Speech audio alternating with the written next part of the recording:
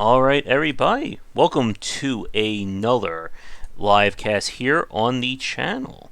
We're having another developer cast, and we're welcoming back to it game designer on the game Epic Tavern, as well as a veteran in the industry, Tomo. How are you doing? I'm doing good. Glad to be back. How are things going on your end? I am doing great. It's been a very busy end of the year, or last 3 months, and I'm sure it's been busy for you guys as well. It's always busy, or at least hopefully it's always busy. hmm But we have another great cast and a very interesting topic we're going to be talking about this time. We're going to be focusing on esoteric game designs, making games with either unusual or unique systems and kind of the thought processes. Wow, my mouth is dying on me already. Around them, as well as the challenges of having to think outside the box and kind of when to kind of go back into it with your designs. And this was a topic that Tomo picked, and it's one that he is very interested in talking about. Well, I mean, one way of starting off with all of this is that I've almost always worked with a pack of designers that tend to embrace complexity. This isn't Mm-hmm. unheard of. I think a lot of designers, especially those designers that were around kind of before the mobile era, probably saw the kind of central part of their job as managing complexity and trying to make all the Mm-hmm. things that they imagine successfully happen in Yeah. the experience for players. And in that regard, it's kind of nostalgic the way we try to put our ideas to interactive experience, I guess. Mm-hmm. And one of the things that we're always trying to accomplish is a new way of saying the same thing, but this time it being more meaningful to what we're specifically trying to say. Yeah. And I think historically it connects to us working on Spider-Man 2 and trying to come up with that player package experience where you're sprinting Mm-hmm. on walls and charge Mm-hmm. jumping through the air and swinging around. We didn't know how that was supposed to be necessarily. And so how do we get there, Mm-hmm. and what kind of a mental process do we take to get there, I think is something that over the years I've come to enjoy quite a bit. And it just happens to be, I guess, the default way I approach things or solving problems. Yeah. And this kind of reminds you of the conversation I just had with Brian Collin, who was the creator of Rampage back in the day. Oh, And awesome. we were kind of talking about how back during the 80s and 90s, there was no such thing as game genres. There wasn't this idea of, every game must have this, or how will somebody move around this world. It was basically everybody was kind of creating their first game. And then when things kind of began to stick and become popular was when we started to see these genre definitions. So, like, he spoke about how there wasn't, like, and again, when I was doing my research for my second book about platforming, the original term for platformer was a game that involved you going up and down ladders. There was no jumping in the quote unquote first platformer. And then Nintendo thought, well, what if our character could kind of, like, leap in the air over obstacles? And then it just kind of blew up from there. But, like, to bring this back to our conversation, there's always that very interesting balance between, working with what people know or what people expect, but at the same time going out on a limb. Because as everybody knows who's watching this, if everybody just makes the same platformer, 500 platformers, 500 racing games, whatever, nobody's going to want to play those games. You've played one, you've played them all. But the beauty about video games is that I can play 50 different platformers and get 50 completely different experiences, just as with strategy games, shooters, and so on and so forth. Absolutely. It's interesting. I don't think there's a wrong way to make games, but there are two, at least in the context of this conversation, there are two big categories to be thinking about, right? One is you can make the same game, but if you're going to make the same game, it's got to be better, Mm-hmm. right? There is the I'm going to make this thing better approach, and then there is this I'm going to make this thing I haven't felt before or I haven't experienced before. And those two things kind of demand very different approaches. Yeah. Although that said, I think that you can't.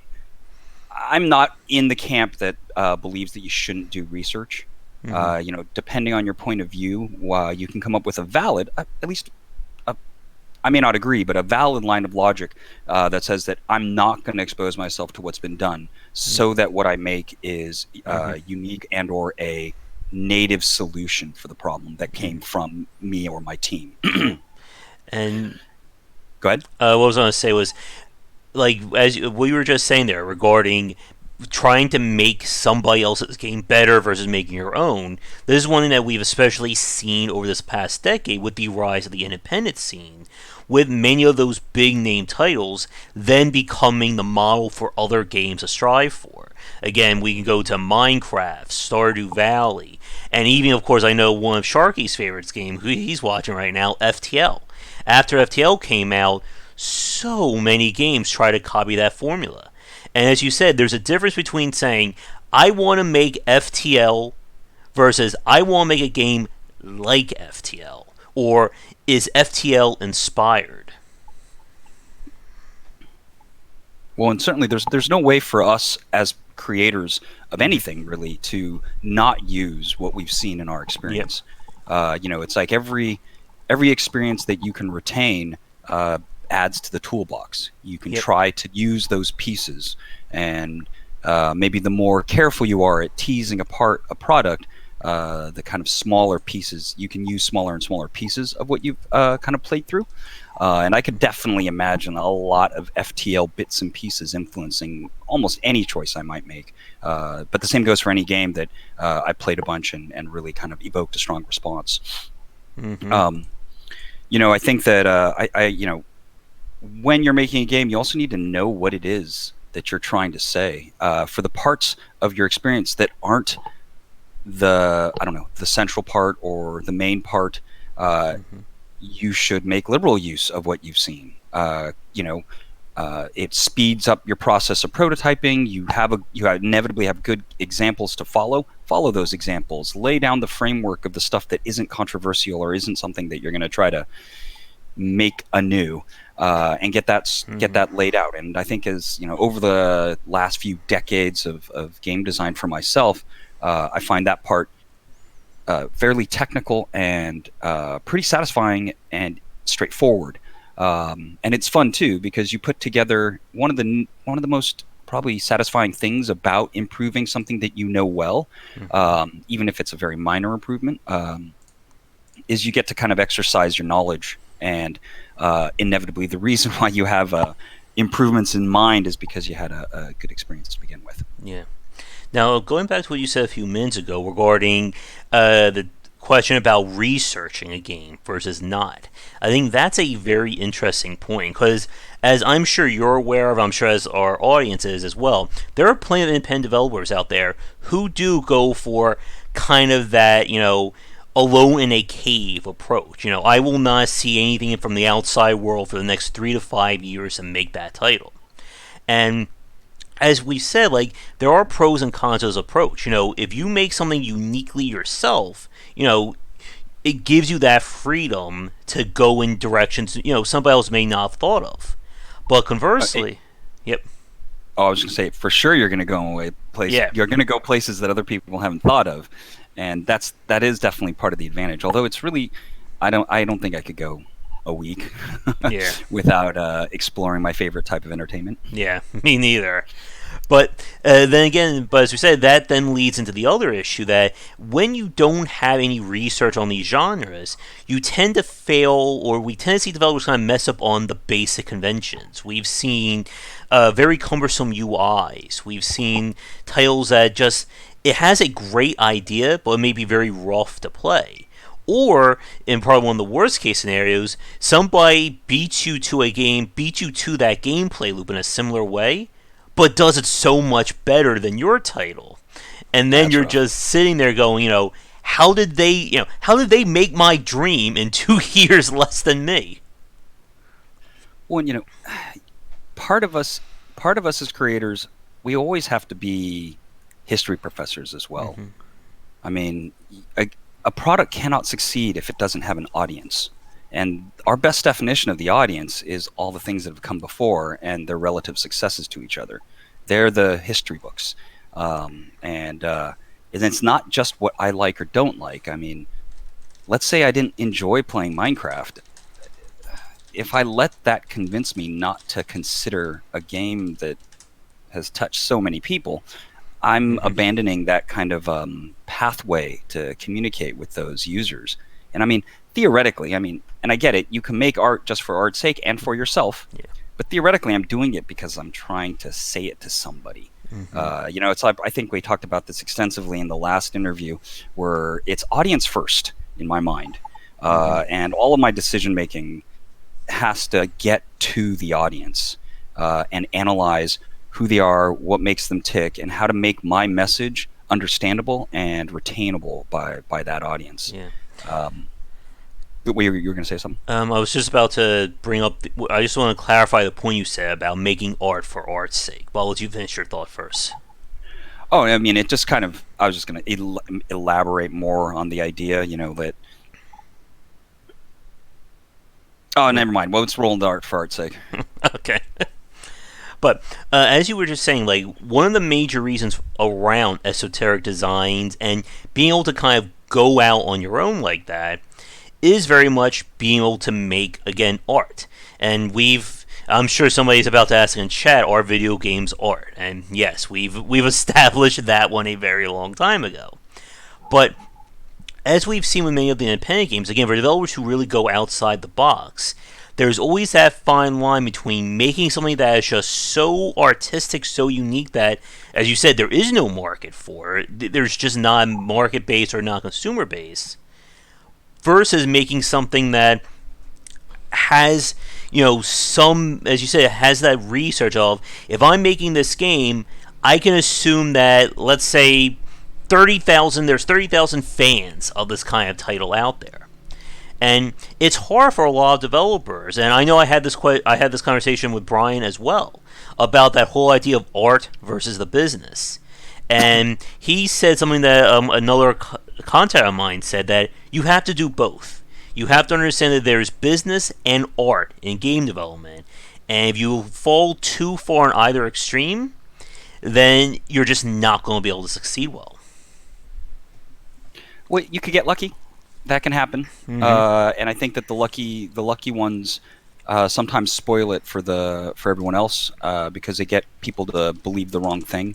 And the way, like, to kind of get into some detail about that, you can be the type of person who's creating an expression that the audience chooses. So the audience is looking amongst all these unique expressions, and they say, you're interesting to us, and then you'll be successful.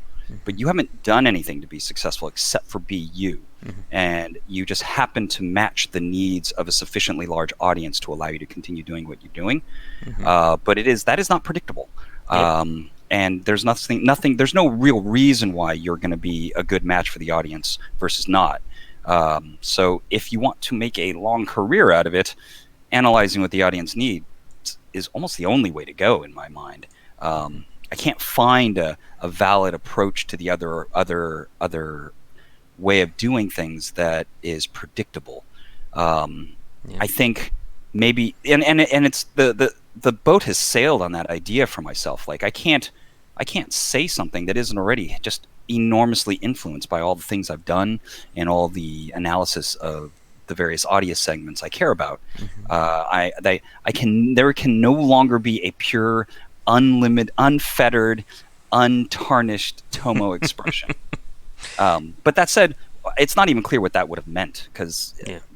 I mean, you go back in time and I just know less. Yep.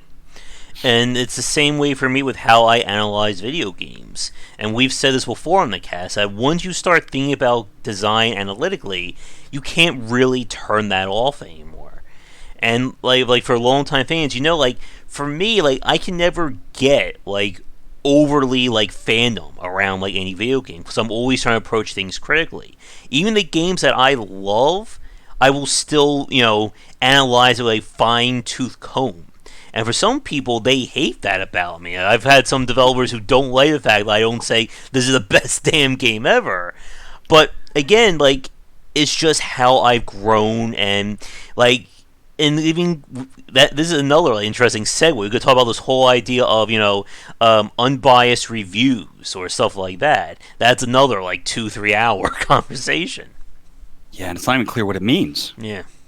right? I mean, it's like that's the thing is there should be full disclosure on every article about any piece of entertainment ever that says that has like this like complex bio of the writer that describes all the things that they like. I have to put on every one of my reviews. I have played every Dark Souls game or something like that. Yeah, I know, Shark. I have to do more of those YouTube or reaction pose videos or thumbnails for all my stuff. What But is a YouTube overreaction? oh, you are lucky you've never been exposed to that. Oh no. So many.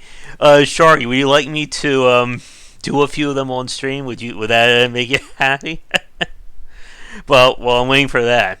Yeah, and like when we talk about like very unique or interesting games out there, like for myself, I'm curious what you think about this for you.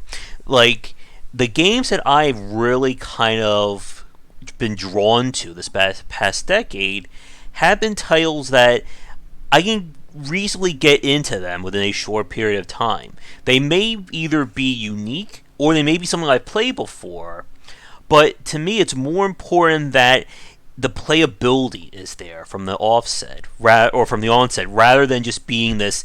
I'm going to make the first-person shooting, plumbing, knitting video game that nobody else has ever made before. Yeah.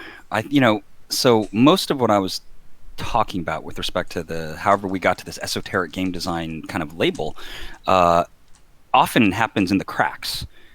Maybe not the overall experience seems so different, but that either you were forced to come up with clever solutions or that you found some clever solutions in bits and pieces. I mean, obviously, the big poster childs for the idea are going to be games that just by and large were unexpected and did things in ways you weren't that you hadn't seen before. But just the idea of taking an objective, an experiential objective for a player, and disassembling it down to its roots and building up something that can achieve that objective doesn't necessarily need to have any outside influence. I mean, there's always outside influence, and obviously we are who we are and we're built out of our experiences, but it doesn't need to be a system of finding what it is like, putting that in place, and then making changes. You can just the more you disassemble that into the tiniest of pieces, the more you can start using all of your game design rules for every single piece. Mm-hmm. And so then if I was going to make a platformer, well, that probably wouldn't be the approach, right? The approach would be, well, what is it that we're trying to do? Is what we're trying to do like a platformer? Mm-hmm. And then you try to solve each of its pieces. Now, we'll know all of the conventional mechanisms in a platformer, and maybe those will by default start kind of falling into place. But they would definitely fall into place if we thought we're making a platformer plus this. If instead we're working from the player objectives, and it's like, we need to get, you're going to play a character, there's going to be some character, there's going to be some amount of controls, it's going to be action, we need to go from one place to another, let's go with left to right. It's starting to make its way towards a platform, but you don't want to be worrying about those issues. Let's say additionally to that, though, that we want there to be some kind of a stamina mechanic. We don't want to worry about hit points.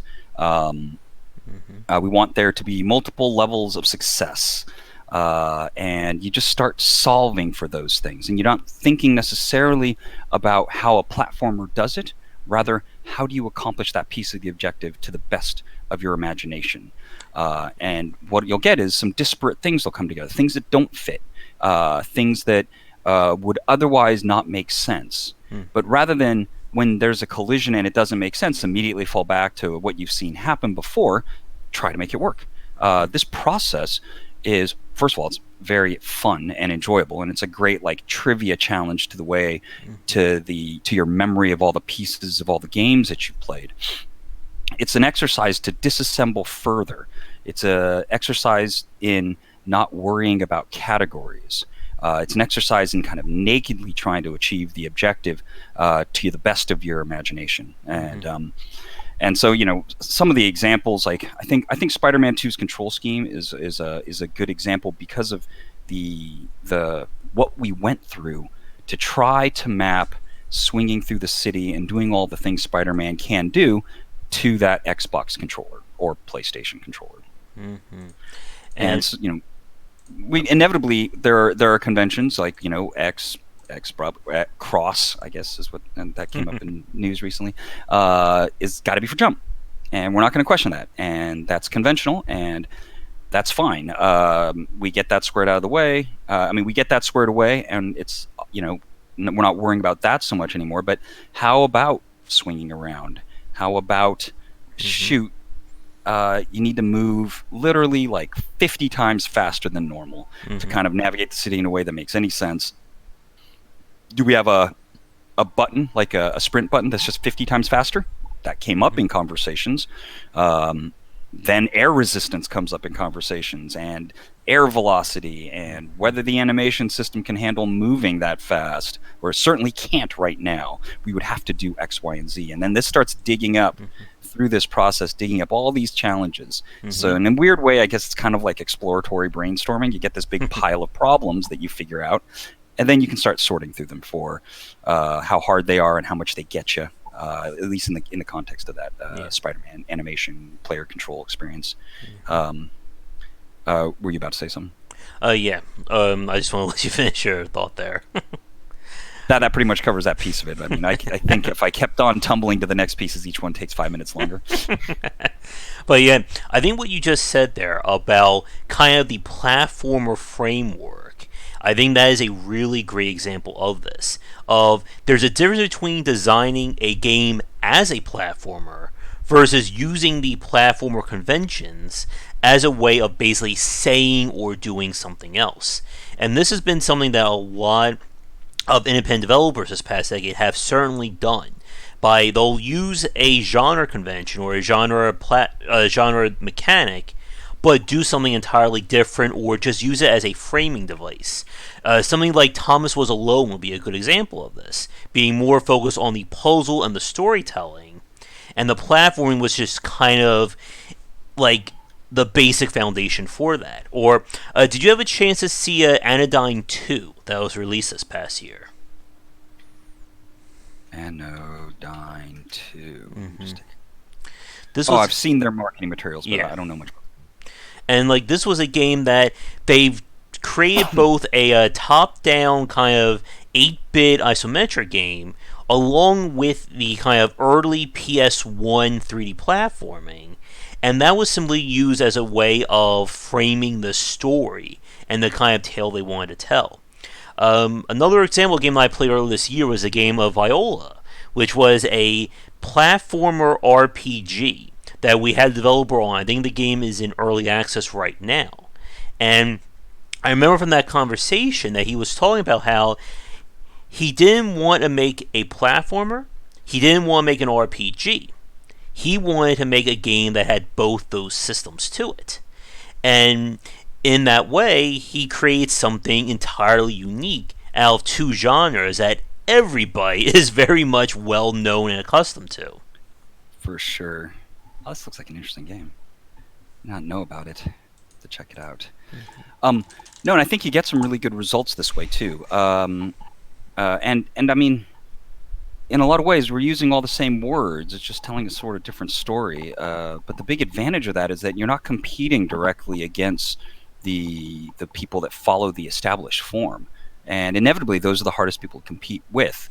Like the mainstream spinal column of any given big genre is a big company with tons of resources that have great talent that are going to improve the form.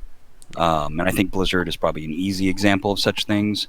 And there's certainly a number of old school kind of Japanese publishers that have a handful of game types that they kind of lay some ownership over, with whom it's hard to compete. They hold the essence of that genre and they make careful improvements. And because there's so much of the genre attention is given to them, they don't even necessarily have to make the best improvements. The improvements they choose to make steer the genre. The genre is not steering them in that case. And that's just a really tough environment to try to go toe to toe. Yep. I mean, it's they like, I think they call it blue ocean strategy. Yeah. Um, it's this idea where you want to go somewhere where other people aren't, so that you're free to do what you want to do, Hmm. and you don't have to worry about the difficulties of competition. Yeah. And that's not to say, well, I was going to say I'm not afraid of competition, but I mean, really, maybe I am. Uh, more than afraid, I find that the competition is resources and value that is spent against rather Hmm. than for. Yeah. Right? And Hmm. so it's like, let's say I only have 10 units of strength. I'd like to put all 10 of that into making the thing and not 3 of it fighting against something else. Or in some cases, like if you're going to do like modern military first person Hmm. shooters, probably like 9.5 of your 10 units of strength are associated in combating 9.5 units of the last title's strength. Yeah. And And only the smallest amount can become different at that point. it kind of reminds me when we were playing Monster Hunter World on stream, and how not only is that game like just completely gorgeous to look at, that engine is just incredibly powerful, but they have like fully animated cutscenes for cooking food in that game. And like we were talking about on stream, going that 5 second cutscene probably costs more than most independent developers have for their budgets in a lot No, of it's crazy. cases. Absolutely. And I mean, I remember first time I saw that Metal Gear Solid with the muscular leg robots. That 45 minutes of just unbelievably high quality animation, all this crazy stuff happening. It's like, the joke was after that, it's like, I think I was working on Medal of Honor in 2010 at the time. It's like, that just blew our budget. Yeah. Like, what? I mean, no, our animation budget isn't that big. I'm like, no, no, no, that blew No, our whole budget. we're not repeating that. We're not putting that into our game. And there's definitely a topic right there in of itself about chasing other designs like that, because we've seen again that developer focus of they did X, we need to do X now. And in some cases, or in many cases, that is not entirely possible to do, especially not on the independent side. Oh, and the independent side, it's so not possible Hmm. that it's actually better because then people don't try. Yeah. But I've been in the room and gotten the directive after looking at a competitive title, uh, Hmm. and it's scary. It's like, Yeah. we just increased your scope by 40%, Hmm. and we have to do this because we're competing against them, and we can't look. It becomes like a kind of like schoolyard politics. It's like we can't look weak against Hmm. them. We need to find a way. We need to find our way to outflank their strength and win this. I don't know. I don't even know what it is. Is it a social interaction with another game product of some sort? I mean, sort of. It's a publisher to publisher kind of struggle for dominance in some ways. And it comes out that way in those meetings. Yeah. The organizations are kind of confrontational in their mindset, at least on some of these topics for the big genres and competing titles. Hmm. Yeah. As much as possible, I think nowadays, if I smell that happening, we just walk away. We're like, let's Hmm. just not do this. Let's Yeah. not do it at all. Instead of saying we have to compete or keeping our not so competitive version of it, let's just not have it in any way, shape, or form, and save all of that on something new and interesting or different. Yeah. And Draken beat me to it in chat, of course, with the Fortnite comparison. Or I'm sorry, the Battle Royale mode that's been featured in a lot of games, and we could even drill that down further and just say multiplayer. How many titles have had multiplayer put into them as a means of competing with Battlefield or Call of Duty or pick any of those titles? And as anyone who's working game development knows, like resources used for that system could have been used somewhere else. And I remember again the famous line from the developer of Spec Ops: The Line saying that multiplayer was a cancerous tumor on our game when we were forced Damn. to add it. They did not like that multiplayer mode. Well, I'm glad we've kind of reached a place now where a game can be either multiplayer or single player. There's still plenty that are both, and some of those games do a fantastic job, but it is a really serious burden. And typically, a team is not going to be awesome at both. Um, they both require very different approaches, just deeply different approaches. So, a single player game is a lot of making things and playing them and making little changes and trying to get at the kind of the soul of the playthrough. Um, and multiplayer needs like 100 times more testers, needs way more kind of like group and player manipulation strategies, balancing against skill competition. Like you can have a shock. It can be a modern shooter, and if it's single player only, you can have the craziest shotgun ever, and it is just not going to be a problem. You just keep turning up the volume. You just keep cutting limbs off, keep splattering blood. Add a new shotgun that has an automatic fire option that you don't get much ammo for if you're worried about single player balance. But you don't have to worry about single player balance that much. None of that stuff works in multiplayer. In multiplayer, it's like this is dominant strategy. It's either got to go or it's got to suck. And then sometimes people say, okay, it can suck. And then other times they take it out. And those are both okay choices, honestly. Because sometimes people like their shotguns. It'd be kind of weird if you took them away. Even if the shotgun was the way they wanted it to be, the game would be broken. And like with multiplayer, again, there's so much into that competing atmosphere, especially when you add in games as a service or live service on top of it. Now it's not just I had to compete with this person to make a similar product. Now I have to compete with their whole post-release dev team who's pumping out more content. I mean, how many versions of Fortnite are they up to at this point? I think they're like version like 16.5 or something like that. Yeah, and it's really showing. I mean, Fortnite endured. Fortnite beat its competition, I think, largely because it caught up or accommodated or understood the live service aspect of a huge user base in a way that its competitors did not. And the competitors were extremely good games. So I mean, it sucks to compete. It sucks to compete, especially against smart, resource-rich organizations. Yeah. And like you said earlier, for a lot of independent developers, they wisely went the complete opposite end of the direction.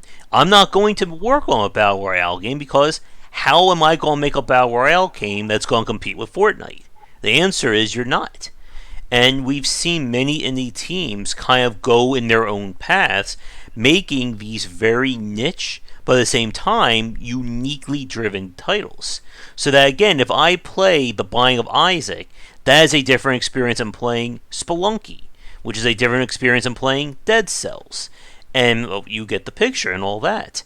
And I was trying to think of an example quickly off the top of my head, and I think I just lost it there, of, again, like the fact that you can have these developers go in such a unique path, and in a way, while these games aren't going to be, billion-dollar sales, Game of the Year winners, they do enough that company can keep going, as opposed to, again, overcommitting to something that has no way of ever succeeding.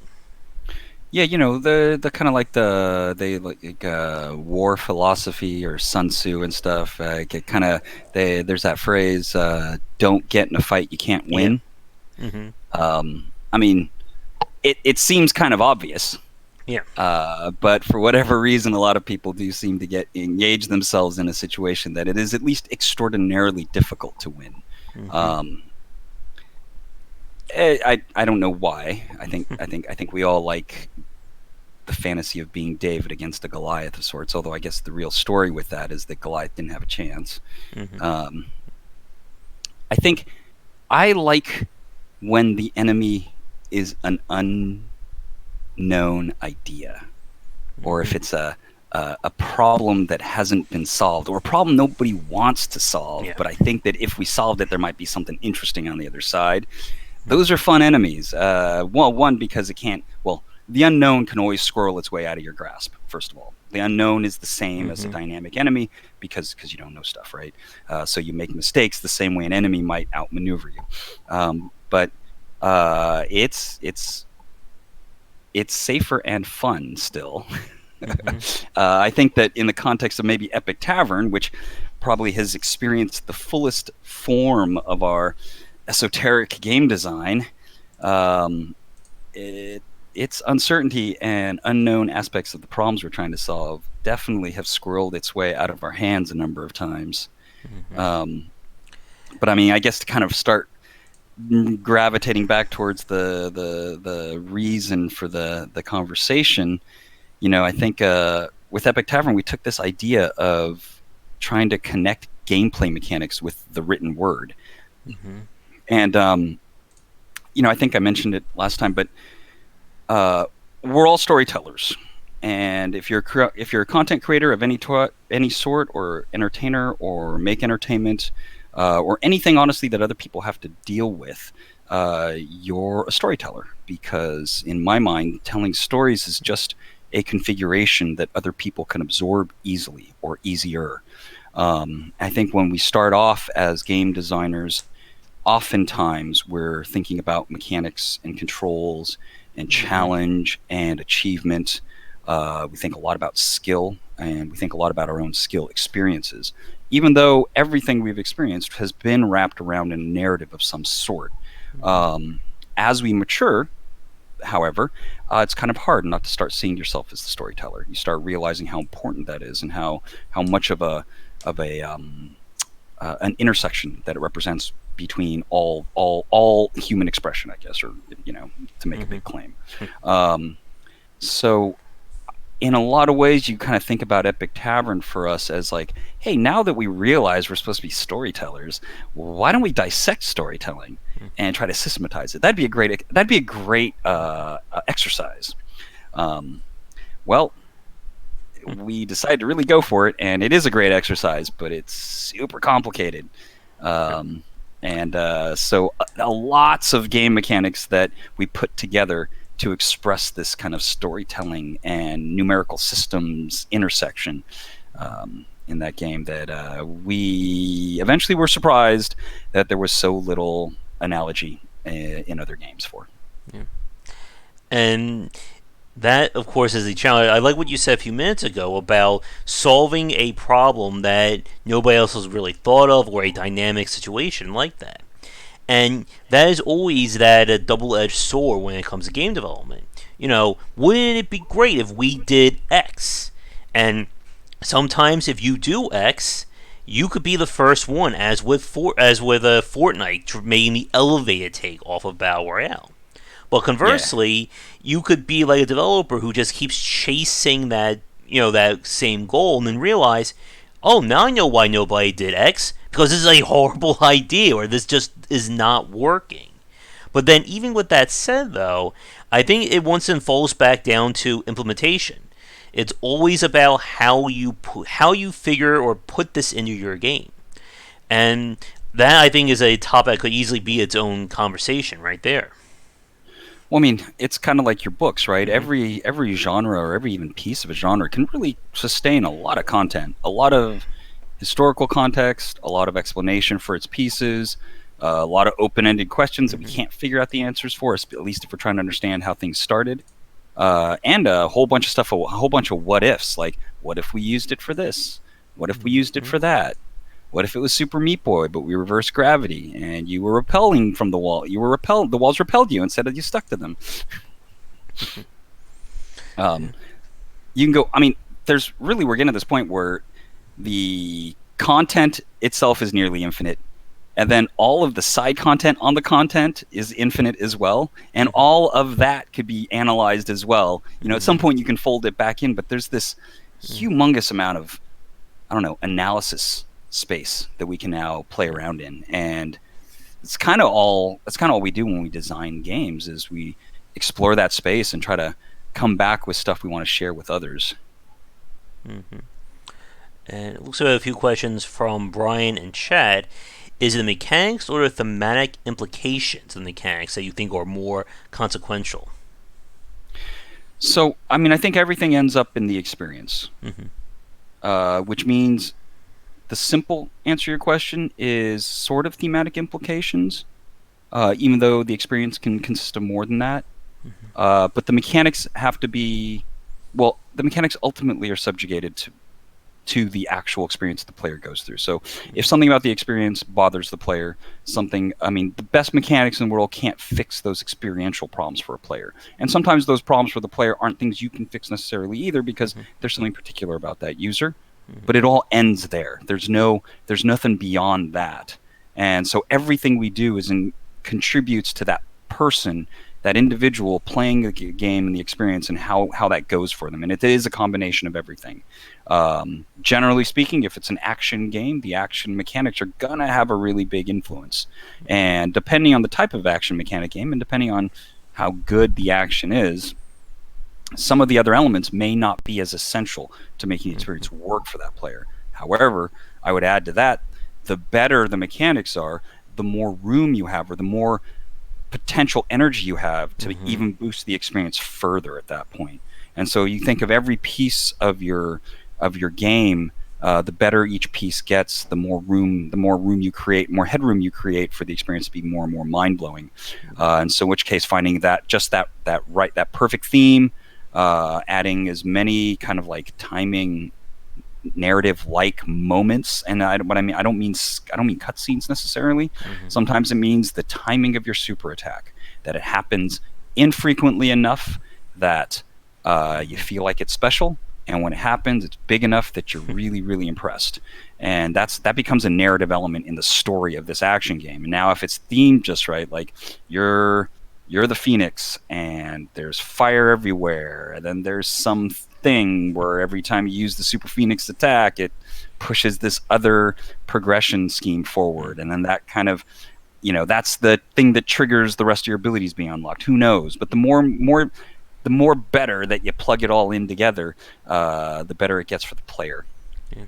Or like a really good example would be going back to Peggle by PopCap, and the infamous now Ode to Joy playing, when that final ball or that final block gets knocked out, and you have this just massive celebration. And again, Peggle was just simply Breakout. Like, if we wanted to distill it down, it's just a game from over 20 years ago. But again, like everything that they added from an aesthetic point of view, to even the recent post I made about playability, is that factor. And like you said, like you can have a game that has really great mechanics. If it's not good in terms of playability, you are going to have people who are going to enjoy that. But there is the potential for so much more if you make a game that can be enjoyed by a lot of people who can get a lot of different experiences out of it. Yeah, and I think we get caught up in one or the other, or like somehow story is separate from gameplay, or that they get pulled apart just too much. And I mean, in a lot of ways, this is speaking directly to the core of, I guess, the initial idea for the conversation is create that experience out of interactions that you devise or invent specifically to get to the experience you're looking for. Like, try not to, I call it the ramen analogy. I might even brought this up last time, but sometimes if you eat like a steak dinner, there's going to be like mashed potatoes that taste like mashed potatoes. There's going to be steak that tastes like steak. And the pepper on the steak is supposed to taste like pepper. These are all separate things that are being eaten together. Whereas a bowl of ramen is devised so that it is one flavor only. I just saw Hunt for Red October with my daughter recently, by the way. So saying that reminded me of that one ping only line. But that the best ramen is one where you cannot identify the ingredients, because what you're doing is having that ramen. And I think Epic Tavern, especially, I think I even said this in the last dev stream we had, is that Epic Tavern very much is trying to follow the ramen approach, where the surface mechanics or the surface experience or the mechanics are not there to stand on their own. They're always participating in building the overall thing. And I'm not saying all games have to be like that. Many a game is a showcase for a central feature and a central core experiential loop or core gameplay loop. And there's really nothing wrong with that. Yeah. It's essentially, again, that old adage, it's greater than the sum of its parts. That, yes, it may have... what was that? I said hopefully. Yeah. That it's not just you're not just playing a platformer, who then goes into a racing sim, who then goes into a roguelike. It's a collection of all these elements that come together. It's, again, uh, one of the reasons why the XCOM franchise has stood the test of time. It's essentially three different gameplay loops, but you don't see it as that. You see it as you are running XCOM. And it just so happens you are running XCOM either doing the base layer, or you're down the field, or you're at the geoscape. Well, that brings up a really good point too, Mm-hmm. because it's like it allows us to identify, some, at least in some cases, your thematic kind of like outer covering of the Mm-hmm. experience is there to create an imagination or a story of why these mechanics are working together, Mm-hmm. and that allows you to kind of shed your I'm playing this type of game now I'm moving into this type of game, now I'm moving into this type of game. Instead, you're doing the one thing, and that helps it hold up. That helps it not kind of feel disjointed as you go from one mechanic type to another. Mm-hmm. And this actually brings up a very interesting point. It's kind of, I think, a tangent for this conversation. But do you think there is such a thing as a game that has universal appeal? You know, the ever popular, it can, anyone and everyone will play and enjoy a single title. Well, so I think yes, but I think if anything, as something approaches universal appeal, some percentage of us are going to not like it, and so it won't be universal. And so the detractors aren't going to feel like it has universal appeal. Let's take like Marvel Cinematic Universe, for example. I mean, really digging in there, it's hard to hate on Marvel, in my opinion. There's some great Mm-hmm. action movies. There's just fun expressions of superheroes. It's a lot of money they spent, but it's a lot of money they made. Mm-hmm. And it's fun stuff. But obviously, it's popular enough that there's large, like maybe 20% of people probably hate it a lot because the other 80% like it that much. They're like, why does everyone like this so much? It's just this. And it is just that, right? That said, things like that, let's say, what are the things that take over? I mean, Minecraft probably has a universal appeal of sorts, this kind of sandbox and building. Mm-hmm. It may not be the thing you want to do all the time, but I think it scratches something very deep and universal in our experience. And so to that effect, to that, I the answer I think is yes. I just don't think it manifests like that. It's not like that's not like a perpetual motion machine that we can never build, and that's why we haven't seen it yet. It's that we see it happen, but what that means is some of us aren't going to like it because everyone else likes it. And I think when you do that, though, you are absolutely building for lowest common denominator at that point, and that's not everyone's cup of tea. In fact, Mm-hmm. it seems like for most of us, especially when we're younger, and if we're passionate about creating some artistic expression, that lowest common denominator might be a little anathema to our worldview in those moments. Mm-hmm. I think I have a lot less disagreement with the phrase nowadays. It's just a tool. Mm-hmm. It's just an approach amongst many. Lowest common denominator is a way of saying that I don't want to upset anyone with this part of the game. Mm-hmm. And I think maybe that's another kind of shift in the way I approach game design now. Maybe as time goes back, I am more and more seeing what I'm doing as a larger singular thing. Whereas as time goes forward, I'm seeing it more and more as all of its pieces, and each of its pieces can be approached differently. And that the recipe, you don't want food with literally zero saltiness. You don't want food with literally zero vinegariness. You don't want food with literally zero zero fat. I guess I'm starting to think about that Netflix show, Salt, Fat, Acid, which is great, by the way, and I like cooking. And actually, recommendation or suggestion for game designers, as long as you can swing it, cook for people you know. It is the best analogy for the whole thing that we do. You take ingredients, you analyze the person you're cooking for, you make something that they like, and you'll suck at it at first. And then you iterate, you make changes. In the process, you understand what they like, and you can execute. Cooking is a great analogy, or it's a great exercise. And add to that the other theory, like our eyes absorb a certain amount of data per time, our Mhm. ears absorb more data in the same time frame, but our nose and mouth absorbs more than both of those. So it's the highest complexity data stream. So it's kind of like the heaviest weight that we're lifting if we're going to try to work against a particular sense. Yeah. Why? And Go ahead. Sorry, I was just. we're having a cooking chat in the comments here. But yeah, again, like there's so much that goes into game development and trying to get something that is going to be appealing at the end of the day. And two topics that are kind of like stuck in the back of my mind. I'll go with the one that Draken mentioned earlier. He was bringing up Death Stranding. And again, like when it comes to having weird or esoteric design, Hideo Kojima has definitely been one of these standout examples. With each one of the Metal Gear Solid franchise games, and obviously with Stranding as well, each having like a sometimes like some kind of very rare or very weird system in them. In Metal Gear Solid 3, it was the whole eating, finding animals, eating them. You had to like actually heal your character based on various parts of their body. Metal Gear Solid 4, I forget which one. I forget what that one did. I know it had the active camouflage, and again, we can just keep naming examples.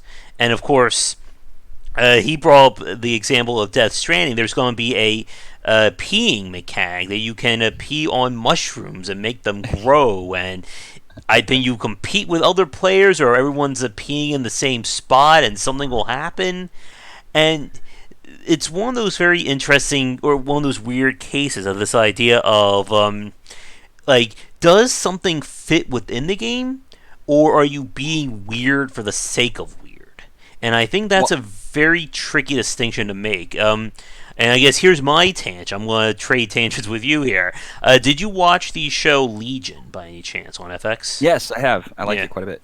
yeah, I enjoy it as well. And one of the complaints I think a lot of people had about season 2 of that show, I'm not going to spoil it here, obviously, was that a lot of them felt that it entered that territory of weird for the sake of weird. It's like, it's not, but what you're seeing on screen doesn't exactly mean anything for the show or something in the plot, where it's like, let's just do something wacky for 5 minutes.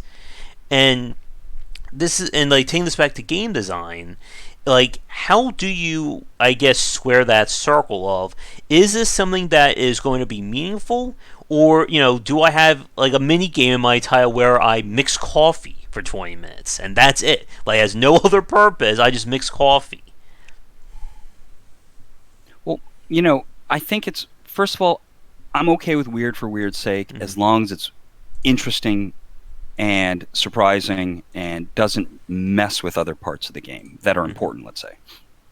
And I like stuff like that. But weird is better when it is in alignment. Mm-hmm. Weird is at its best when it's the best answer to the question that it's just that nobody ever would have expected it to be the answer. And so that's like, to me, weird can become close to sublime if it's done right. And that otherwise it's still kind of neat. It's kind of fun.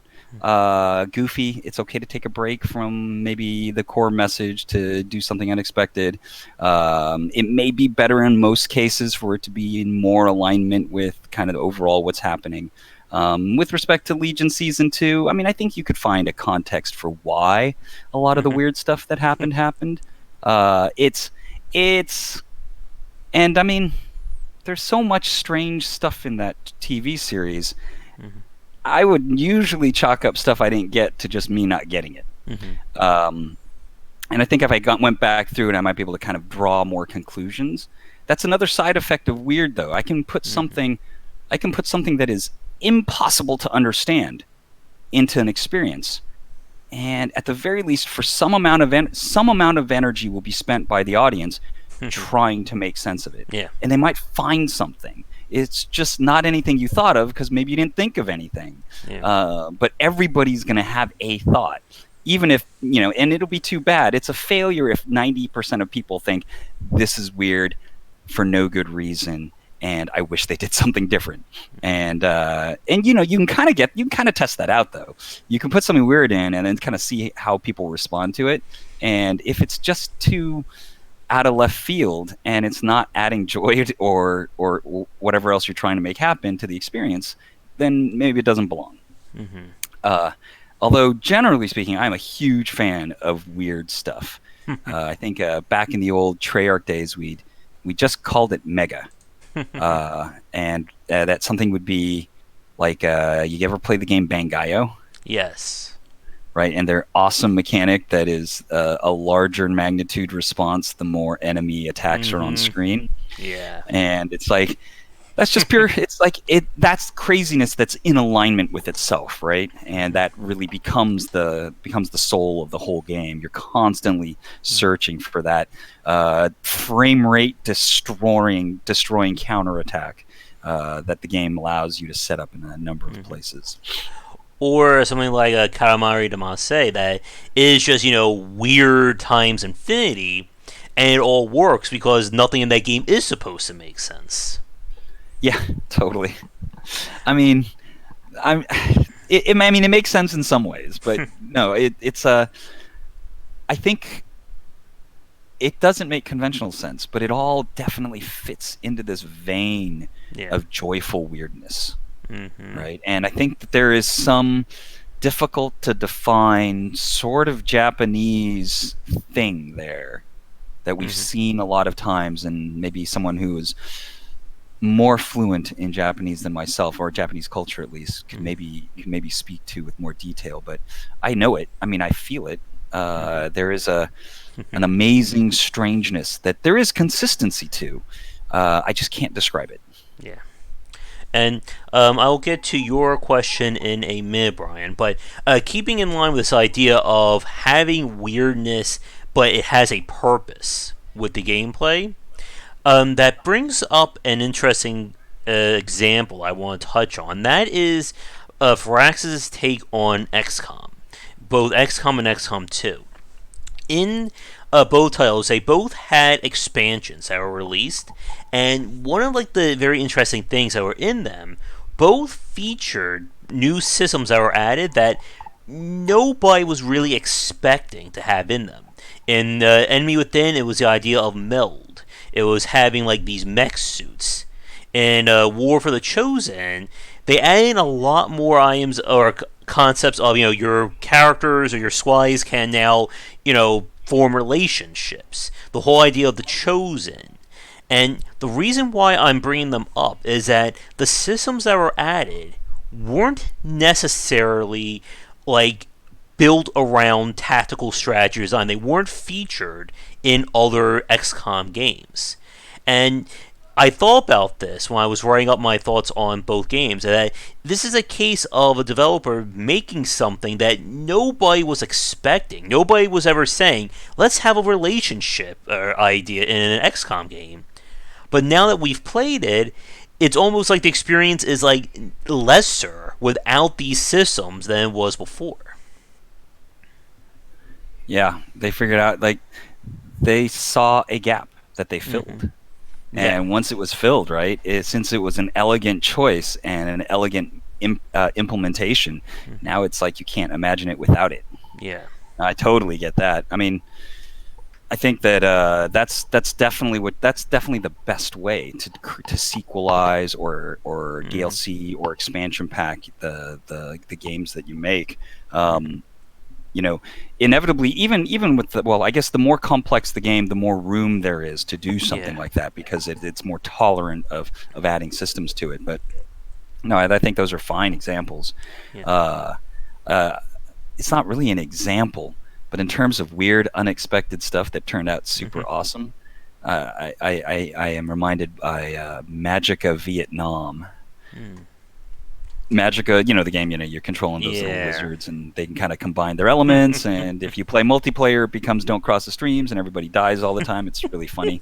And that game went pretty wide when it came in its time, but they had an expansion. Their first expansion, I think, was called Magicka Vietnam, and it's in the jungle, and your wizards can have an M60.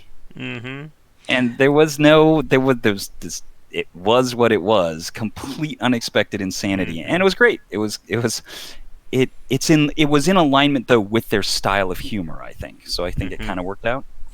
Yeah, I think I've watched that a trailer like a dozen times with like Surfing Bird in it, and just going around with M16s and what was it Theodore Roosevelt saying we're going to Nam or whoever the president was we're going Yeah, like okay we're going to Vietnam as wizards. I'm fine with that. And hilarious.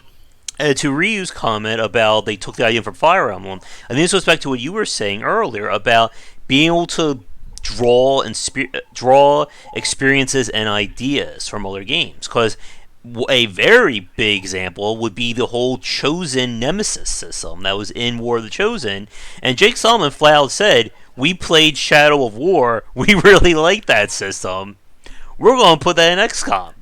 And then it's like, okay, now I can't imagine this game without it. Yeah, I think anything is better with that Nemesis system. It was so good. Mm-hmm. Holy crap! I mean, I think it ties into what we've been working on a lot over the last few years with Epic Tavern. I mean, this idea that I authored my story and that my choices are what make my story unique. I think that just that basic idea is really powerful, and I think it's a part of why we like games so much. Not the only reason necessarily, but it has a big effect. That this playthrough, there are many like it, but this one is mine. To talk more about, I guess, Vietnam related stuff. Yeah. um, it's it it both like at a very deep level it engages us, and then on top of it, the system was actually very elegantly fit into the overall rest of the systems. Mm-hmm. Uh, yeah, it's Yeah. we want to make a Nemesis system someday, but let's see when we can. Mm-hmm. And again, like we've said, like when these things work, when they fit the theme or the experience of the game, then it doesn't feel like this out of place element. It feels Yeah, like it's just another part of this experience. And it what we just said there, like it took like 10 words to explain that, but it is a lot harder in practice to do that, especially what we've been discussing with a lot of these esoteric systems. yeah. I think what one thing that's interesting about I think the way one should approach designing a game is that at the conceptual level, when you're putting the ideas together, the ideals that you're carrying with you at that time will have a huge effect on every decision. And so, you know, unless you're not planning to extend or expand the thing that you make, Mm-hmm. you have to be thinking about what space there is to grow and what steps you'll take to get to the next, what is the next step after this? What is the next step after that? How does that Mm-hmm. fill in existing gaps in the system and boost it rather than create unexpected limbs that don't Mm-hmm. necessarily head anywhere? Yeah. And I do have a question to carry or to expand on that. But to go back to Brian's question from earlier, any thoughts about role playing in games? Let's see. He's been impressed with Werewolf Mafia dinner games that have secret goals and dialogue slash cross examination gameplay, but not much exploration in this domain. Yeah, I think you'll. Well, it reminds me. I was playing some game. It was Spies. There's like a. It's like it's like a four or more player game. Mm-hmm. One side are the spies, one side are the counter spies or something, and you get objectives, and you guys are trying to suss out who's who. Mm-hmm. Um, Darn it, I wish I remembered the name because this would come off a little cooler then. But I don't think the space has been explored as much as it could be, but I think that it is largely a byproduct of it really being really hard to make these kinds of games work in a single player situation. Maybe so hard that people generally only pretend to kind of do it. I mean, obviously there is role playing like choices in the modern RPGs that we play now. There's always the Mass Effect, Dragon Age line. There's BioWare's efforts at that with respect to the dialogue trees and the characters' developments.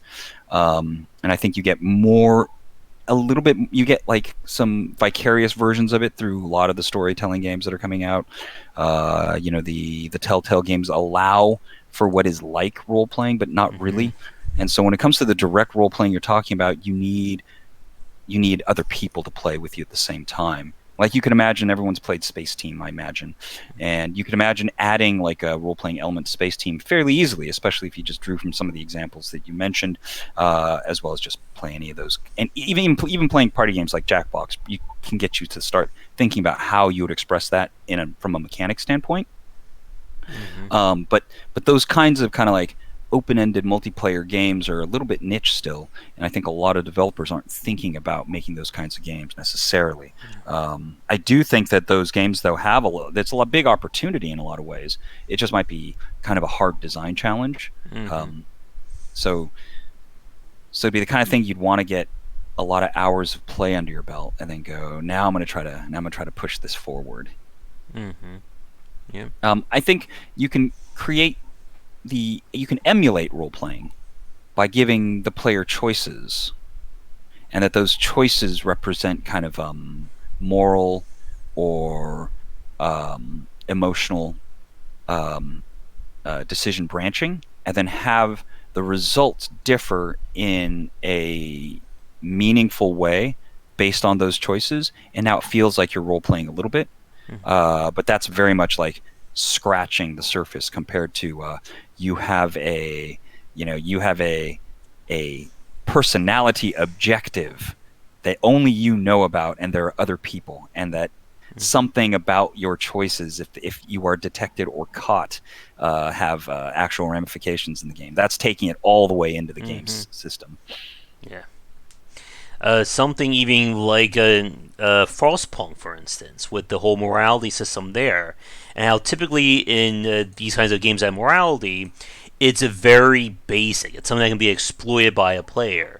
But in Frostpunk, the game will actually realize that if you promise something and you don't deliver on it, guess what? We're going to come down on you twice as hard as if you just said no in the beginning. And I thought that was just like brilliant way of again countering a lot of like the standard conventions of morality systems in games.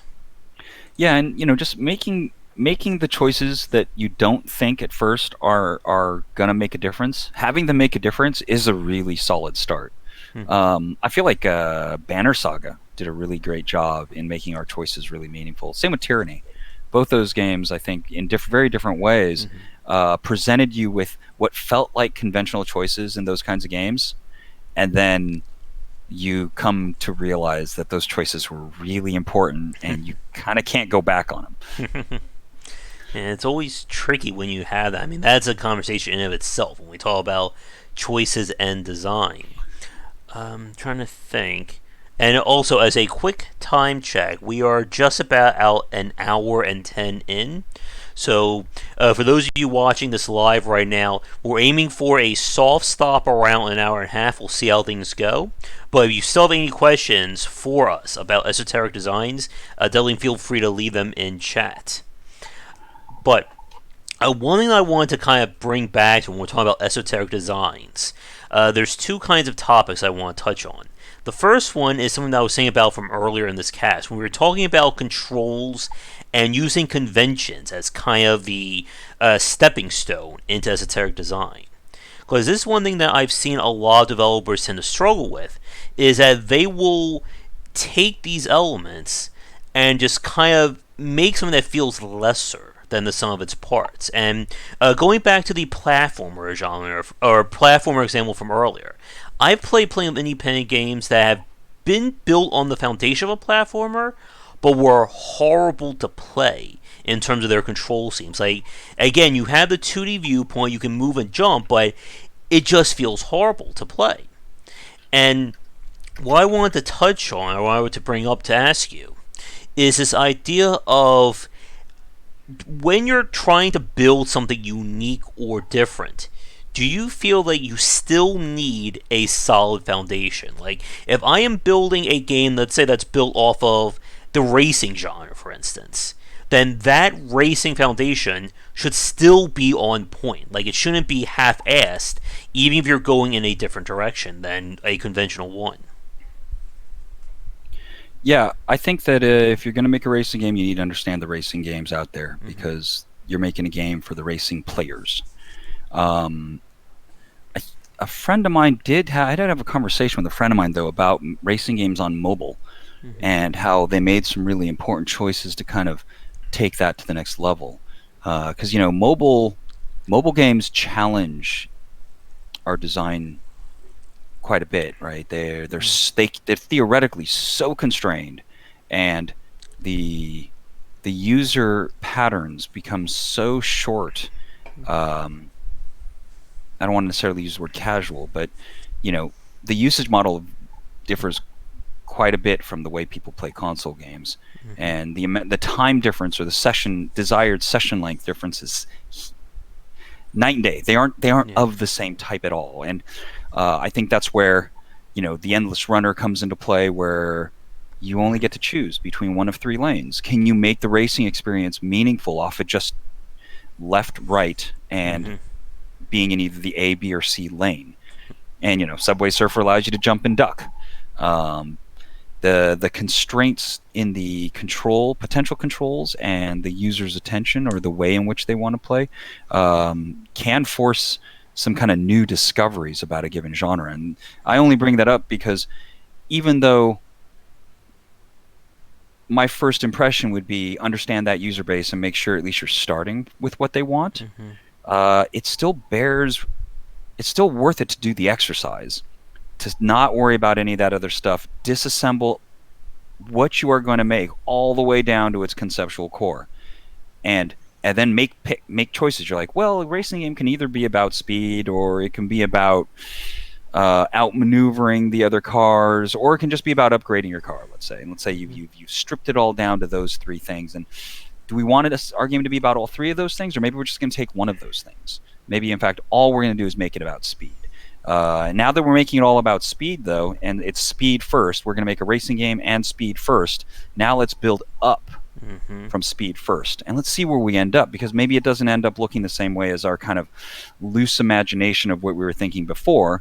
And if we stick to our guns and maintain a consistent conceptual kind of Mm-hmm. development process from speed first racing, we might get something unique and good, and maybe even better.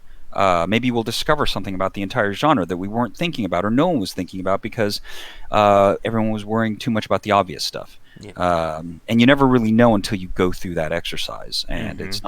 it's not something you can short circuit either. I think I could probably take the foundations of Epic Tavern, and we've been working on this game for the better part of 3 years at this point, maybe a little bit more. And I think we can disassemble it again for weeks, Yeah. and we'll find new, relevant insights into the arrangement of ideas we initially put together. The experience and time you spend with an idea is the same experience you would have with like learning about a new friend. And there's a lot to any given person. Same goes for any set of more so as it gets more complicated, I guess. Yeah.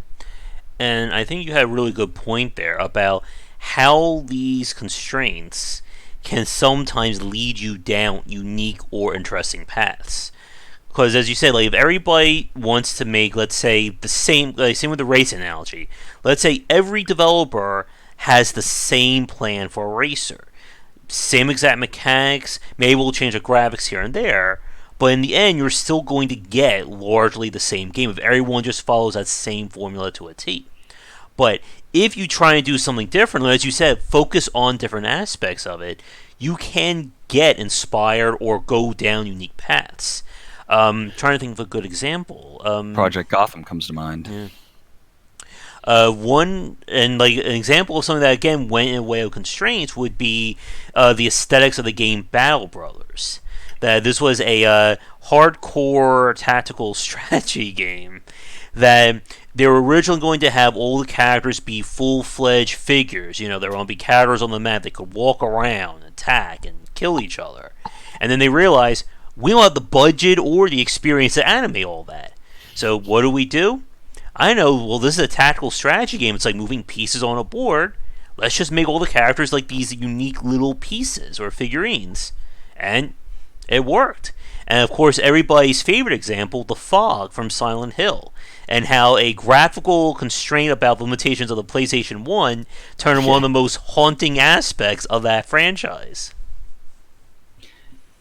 I like Battle Brothers. It's interesting. Battle Brothers was a really good example for us as we were trying to kind of like come up with some features around the use of supplies and traveling the world map and some of the things, some of the ways in which they handle random encounters. There's a lot of interesting stuff there, and the kind of real freedom in terms of building your band, your war band or whatever it is. Kind of, it's a hard game though. Yep. Oh yes, definitely. And the other point that I wanted to ask, or wanted to bring up about esoteric design, is this idea of kind of the old adage, fixing what isn't broken. And this is one of the things that I think a lot of developers, as we've said, kind of struggle with when it comes to esoteric designs. That it's very easy to just throw things against a wall and then just, throw them into your game, and who cares about the outcome of it. But it's very hard, as we've said, to put this all into a way that it feels like it makes sense. What you said a few minutes ago regarding Kamen de Marseille, that yes, it's a nonsensical game where nothing matters, but it still matters within the confines of that crazy world. A term that I like to use a lot is like realistic fiction. That yes, you can have universes of wizards and zombies and pick any fantasy or sci-fi element that you want, but as long as you can ground it within that world, within that setting, it seems to stand higher up. And bringing this back to esoteric design, like, how do you work around this idea that how do I think outside the box, but at the same time not break what people have already come to expect or know about this kind of gameplay?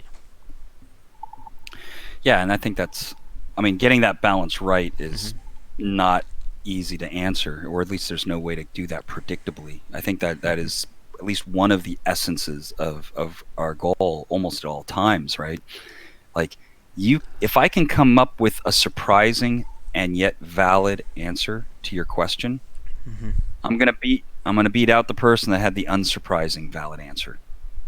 And someone might come up with an answer that is even more surprising than the one I spent all this time trying to figure out.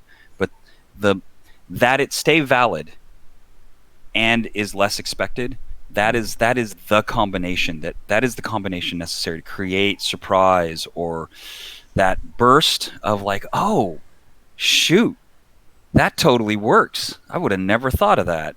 Anytime that happens in your audience's head, you've done something right. You put the right things together.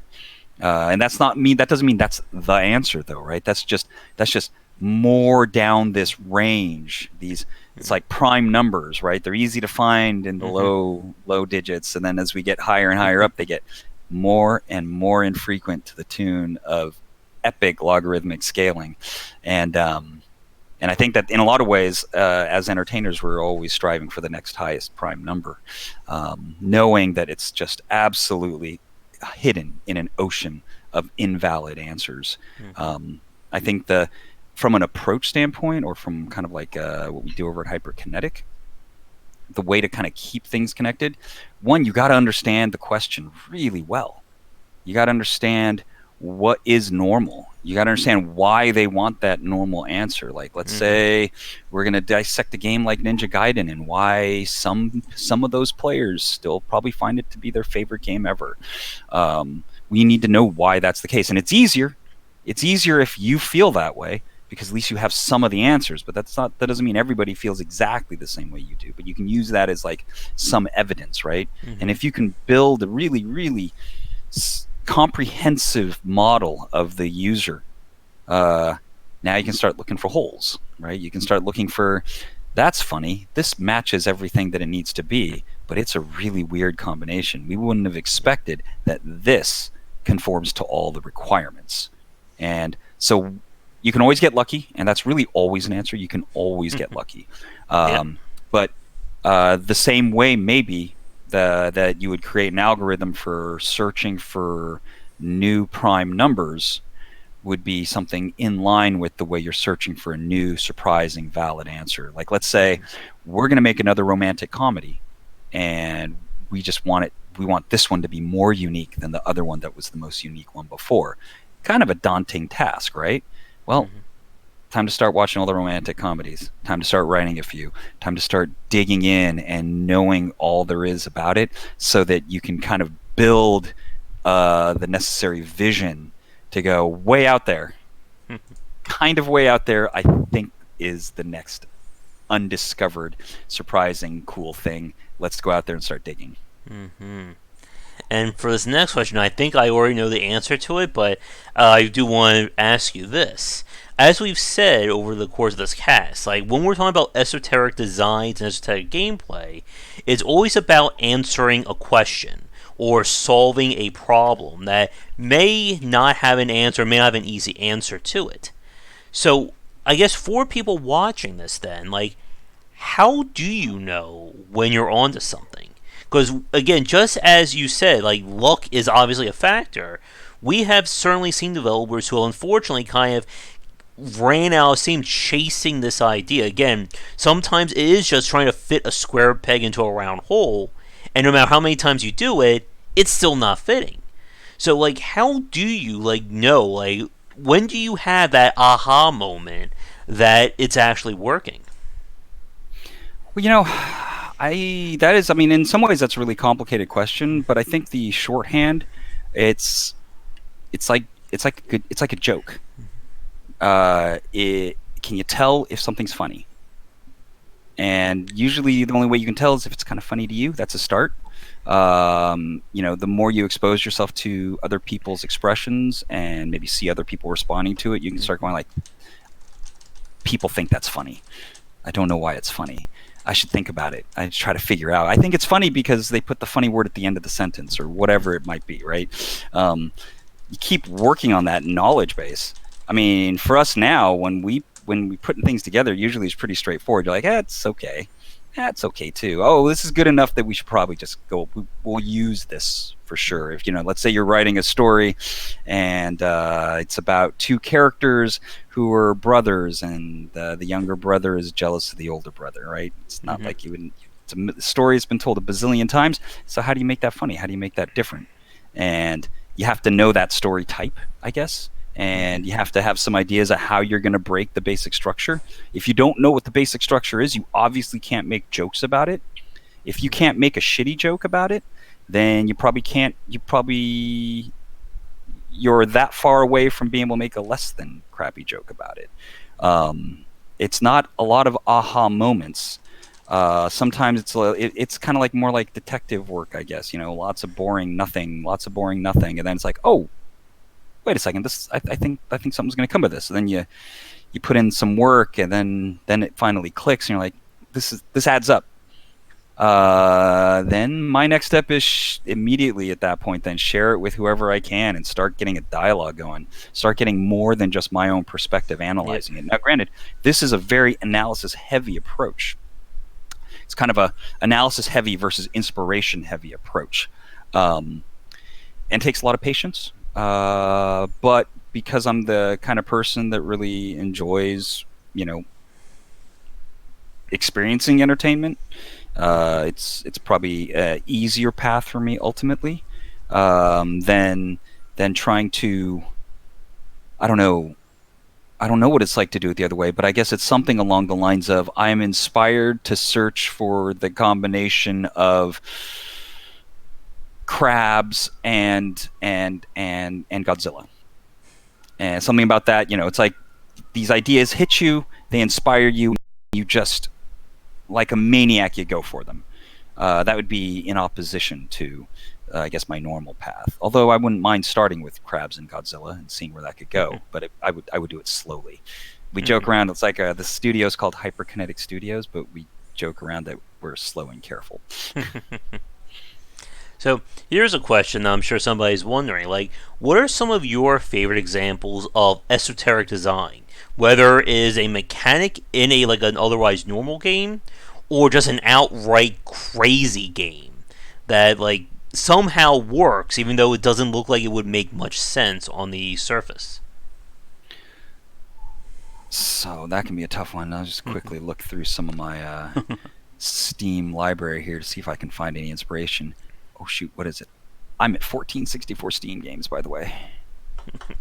That does not include DLC. What am I at here? It's once again time for the Steam game list comparison, people. Let's see. Gotta wait for Steam to load up here. Watch Steam like crash the stream. Let's see. I am at. You Oh, know, I don't. I am It's at. kind of tricky. I think that weird games, I don't see them as weird, I guess, anymore. I just see them as whether I like them or not, or whether they just captured me. I mean, I'm looking at games and I'm seeing games. Well, Mountain Blade Warband was just mind blowing. I mean, I guess they're never weird. The games that are super complicated, they're usually the opposite, are really weird. So they probably don't count. I thought Kind Words, I saw it mentioned in your channel. I thought Kind Words was a pretty clever game. Although I remember there was a mobile app called The Secret that was very similar, but less warm. And for the people wondering, I'm at 1769 right now. Nice. That will never. Thank you, Ryu, for that one. Uh huh. I think all those suggestions come from Draken as well. Yeah. I thought Rim to Capsule was a weird game. Okay. I like that one. Now we're getting into the really weird stuff. I'm not sorting through my memory. I'm just sorting through a list. I'm trying to think if there's anything else I want to bring up.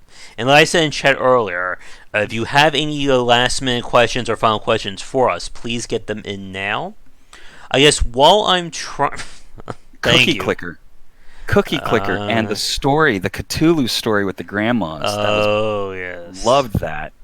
It's great. And although that's not an example of esoteric design, let's think about, something along those lines. Ever play like Yeah Bunny on mobile? No. You're always moving forward, but it's basically just like a Mario platformer. But since you're always moving forward, because you only get the one input, you just get the jump button. It completely transforms it. It makes it this extremely hard, painful game that once you start getting good at, it's kind of interesting. Some of the very experiential stuff like Panoramical is interesting, although it's not really there's not really so much game design, or there's not really mechanics or choices. It's just a pure experiential, kind of a little more like demo scene.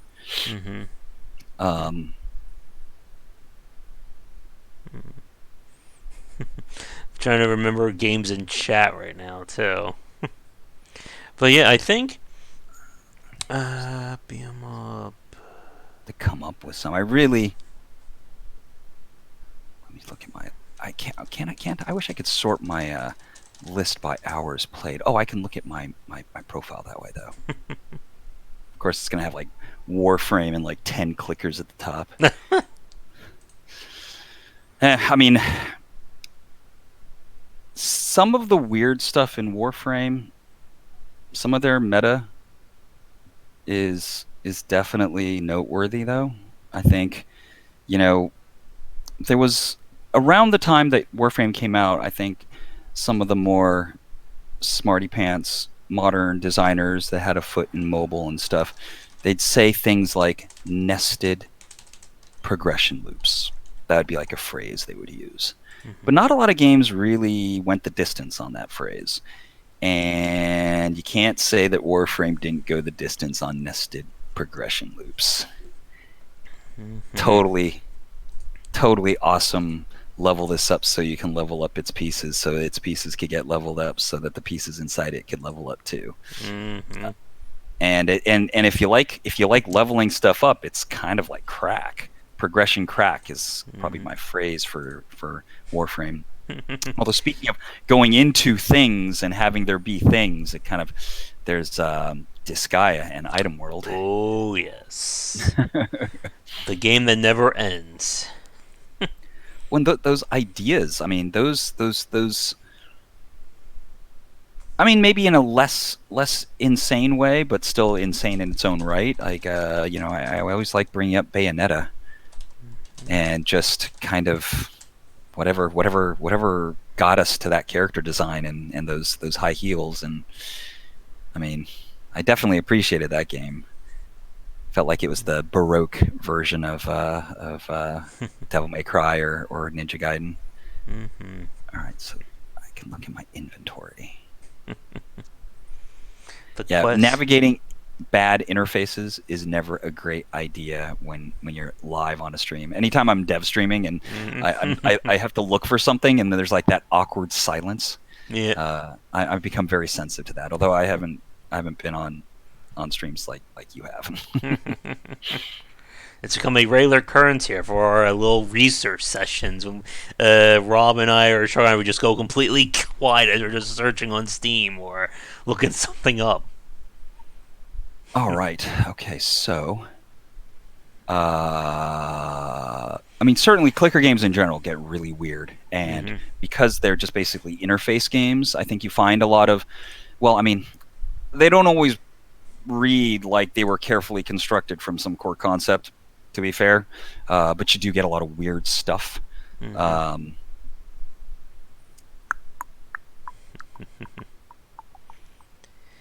And I can't think of any like weird games I played because we've played so many of them. Oh, maybe the game that was about the meditation game we played last month for the Indie Spotlight. That was just you clicking on something and then you can meditate in real time about it. awesome. Epistory. Epistory is a great example. The theme about with the books and you're riding the fox around and then they're Oh telling this like yes. personal story about some character and their parents and it gets kind of dark. Mm-hmm. Um, it's a great little experience.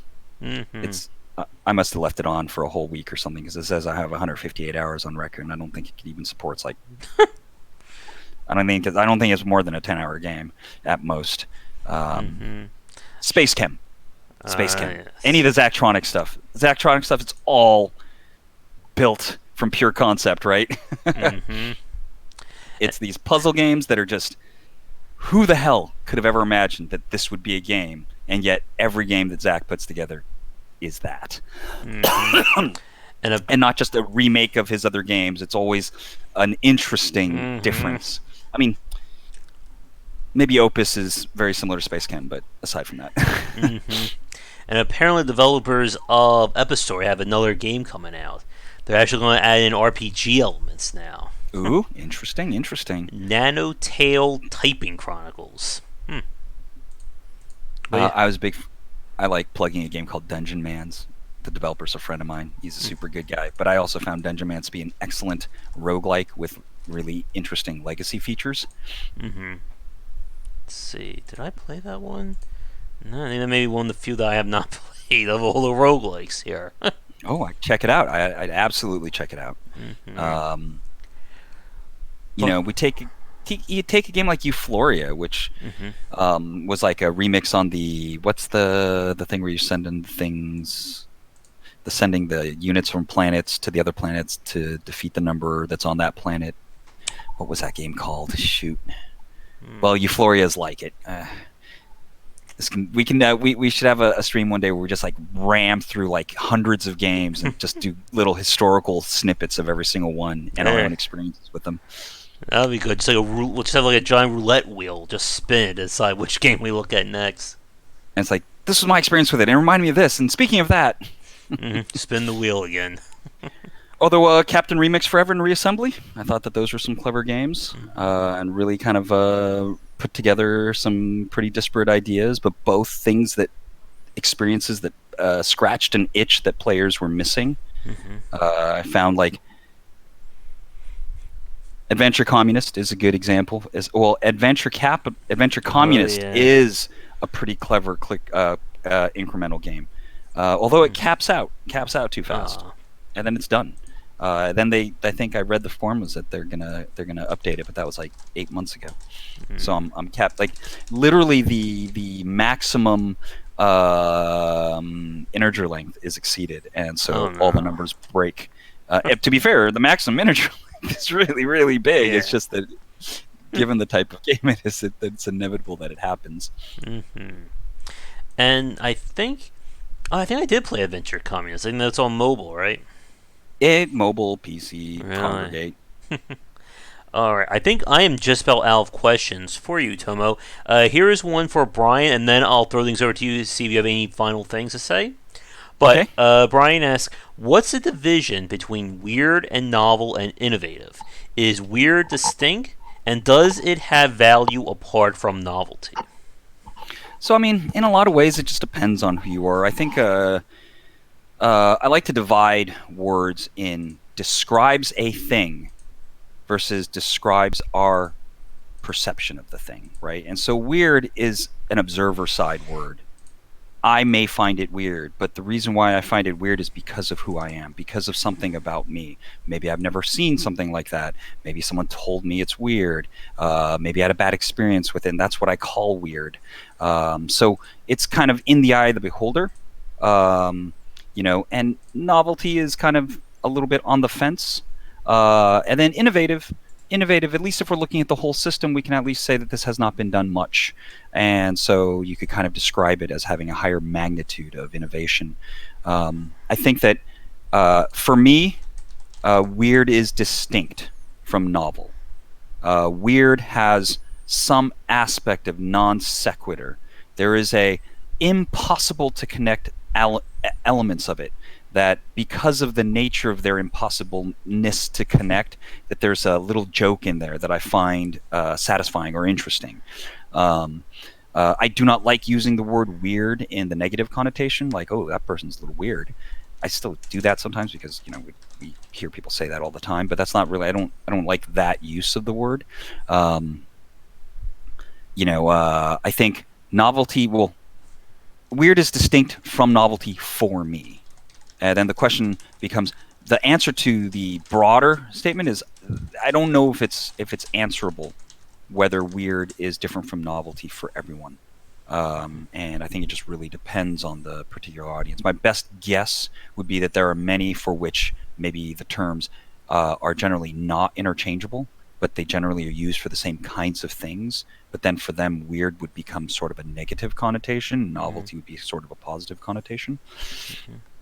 And that said, trying to create those feelings in others is simply a matter of having an answer they haven't heard that works for the question. And then it works better if it's a question that they've answered a million times the ways they were expecting to answer it, and then you deliver this valid answer that they had not seen before. Boom, that is novelty. That might be weird, and the feelings are what matter, right? Like, whoa, I hadn't thought of that. And or even if I don't say that out loud or don't consciously express that, it kind of digs a little groove in your brain at that point, because and more importantly, if I'm the one that gave you that feeling of novelty, that little thing that gets dug into your brain has my name on it. And now it's like a connection. It's like I plugged a little needle with a cable connected to it into your brain, and now I get a way to talk to you. It's kind of the essence of us as the creators of, or the developers of, or the authors of this or that. It's partly that idea of how to build a brand. I need to have a shared history with the consumer that's positive. And sometimes it's hard to break through the noise, and novelty and weirdness become a very, very valid avenue to try to pursue. Yeah. I think, as you said right there, that you have to have an answer at the end of the day for why it's in there. I think this goes back to what we were saying earlier regarding when someone just becomes weird for the sake of weird. Like, it doesn't serve any point to why it's there. And ultimately, when we brought the examples from like XCOM and other games, that when those pieces fit into place, it makes the experience greater than it was before. Like, if you, for instance, like with XCOM, they could have added in a racing mini game. All of a sudden, you're playing a tactical strategy game, and then after a mission, you have to now drive your car across the map. If it was done within the narrative of the world, it could work. If it was just all of a sudden them just like ripping Ridge Racer out and putting it into XCOM, probably not so much. Yeah, it's weird. That kind of reminds me. I was there for the beginning of the Medal of Honor Warfighter project, and there was a racing level, and the Need for Speed guys helped out. It was an interesting, unexpected result. I think it turned out. It was kind of neat. It fit it felt right. But at the time, I mean, there was a lot of hesitation. It's like, that doesn't seem like a valid answer. That's not a surprising answer. That's just weird. Hmm. Uh, which really, I guess, that example points to another piece of the puzzle, which is, no matter how disconnected it is, if you make it awesome, then it probably turns out okay. Hmm. I guess for you, do you have any questions, or are there any topics that we didn't bring up that you'd like to touch on? Well, let me see. Let me just try to come up with some of the concrete examples from the past, where we bucked the convention because we wanted to solve our problem harder, basically. Um, I don't know if this really counts, but in Spider-Man 2, there is a feature, if you are close to a building as you're flying through the air and you press into the direction of the Hmm. building, that your hand goes up and you kind of attach. And there's also a little bit of a skidding sound, and you start to lose velocity, but not very fast. You're still going real fast. You lose velocity, um, more as a way to communicate that you're touching the wall, and to make it make sense that animation change happened.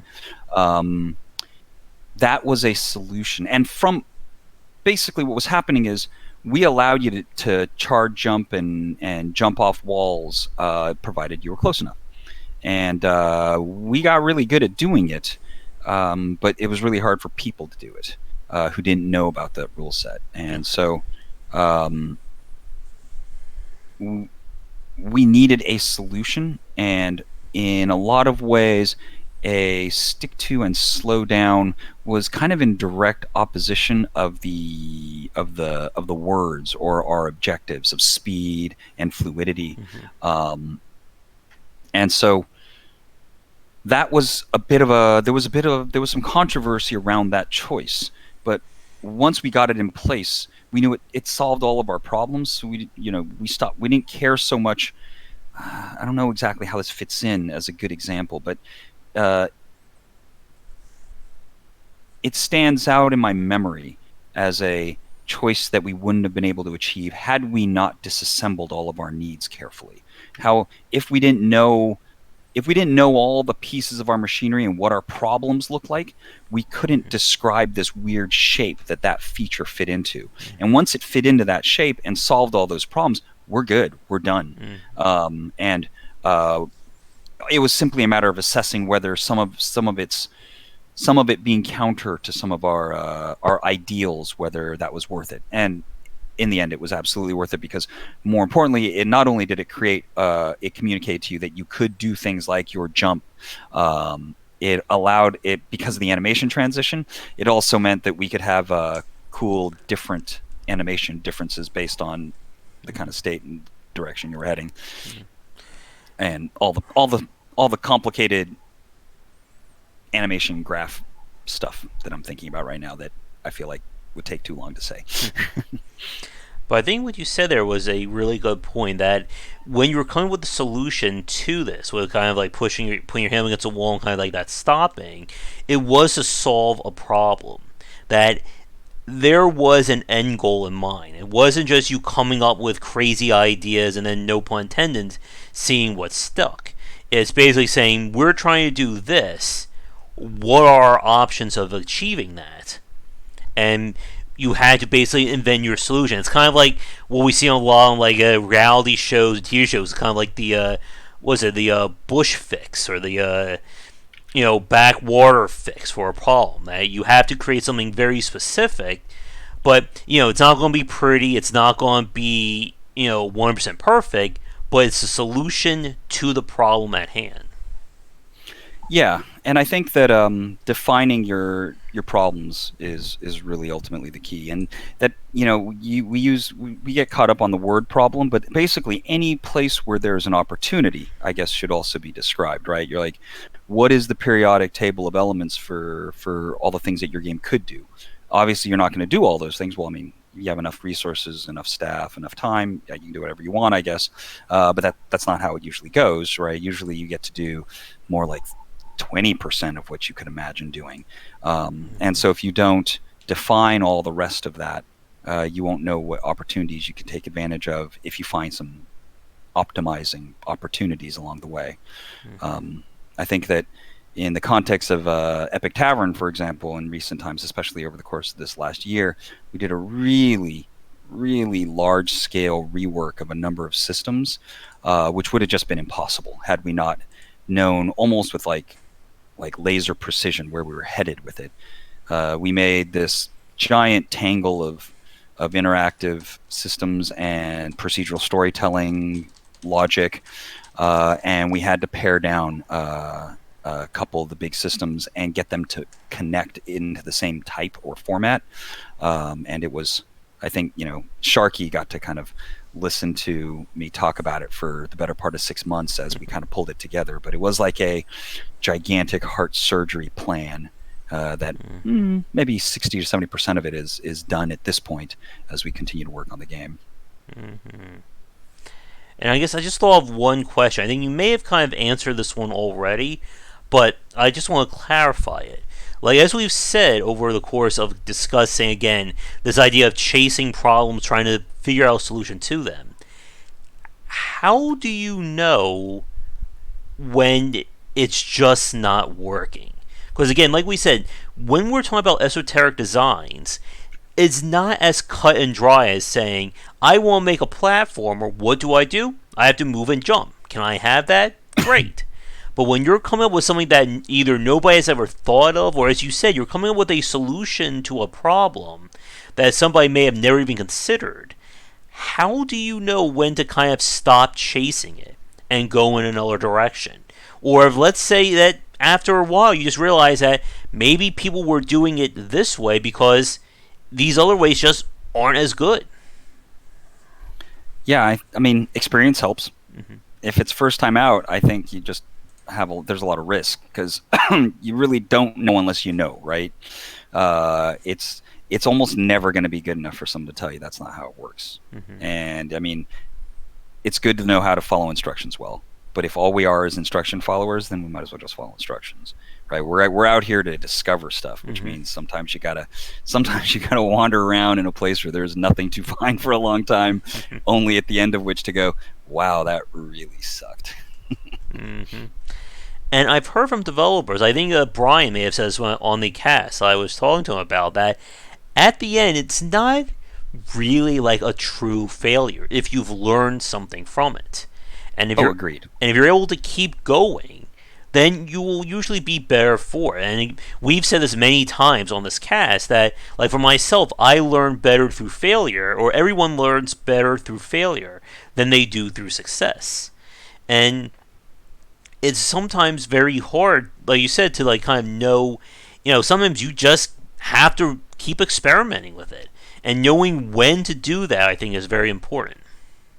Yeah, I mean, it just points to, like, if you could somehow not have to worry about money and you could just experiment forever, that's probably a pretty satisfying lifestyle.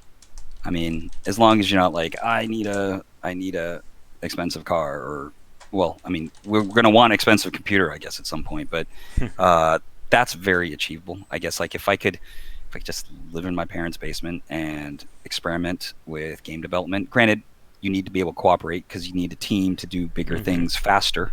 But exploration, I think, I mean, in terms of like kind of morality and philosophy for me, it's like I think that fighting is inefficient because it spends energy against someone else's energy, and exploring and finding new stuff is really fun. And it doesn't get a ton more complicated than that. Let me see. I'm trying to think if there's anything else. I mean, we could always segue into another topic or two, and today's hour 3, 4, and 5. Yeah, I think maybe the best call would be to set up another one of these streams in a few weeks, and I should probably be heading off soon anyways. It was good talking, and I hope we got enough into the kind of at least the underpinnings of that esoteric design topic. And I think after this conversation, I realized that a lot more of it has to do with the analyzing inward into the idea. It's not so much with the goal of finding unexpected solutions as much as knowing where you're headed or what you're built out of so well that you can spot a solution that wouldn't have otherwise made sense. Mm-hmm. And I think to that effect, like the last thing I'd like to say is you can take any genre, say you're going to copy it to a T, and then just put a really strong story statement around it. And then you're going to have to change what's there. You're like, oh, our game is about the joy of having friends help you.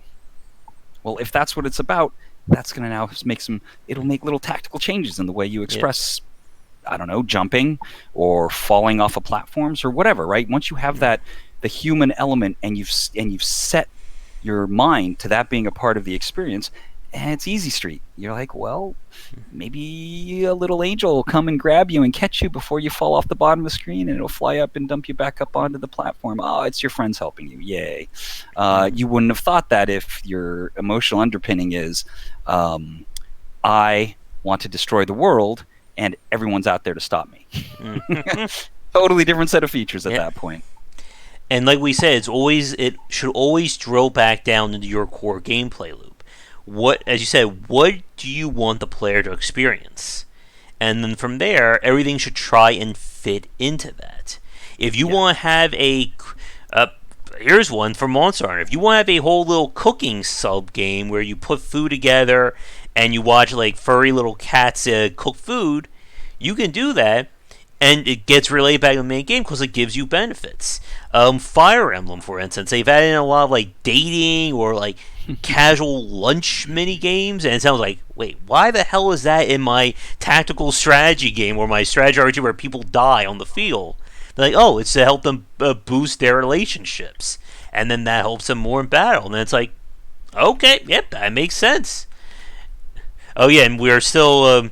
We need a plan for that with Shark, Ramin, yourself, and me.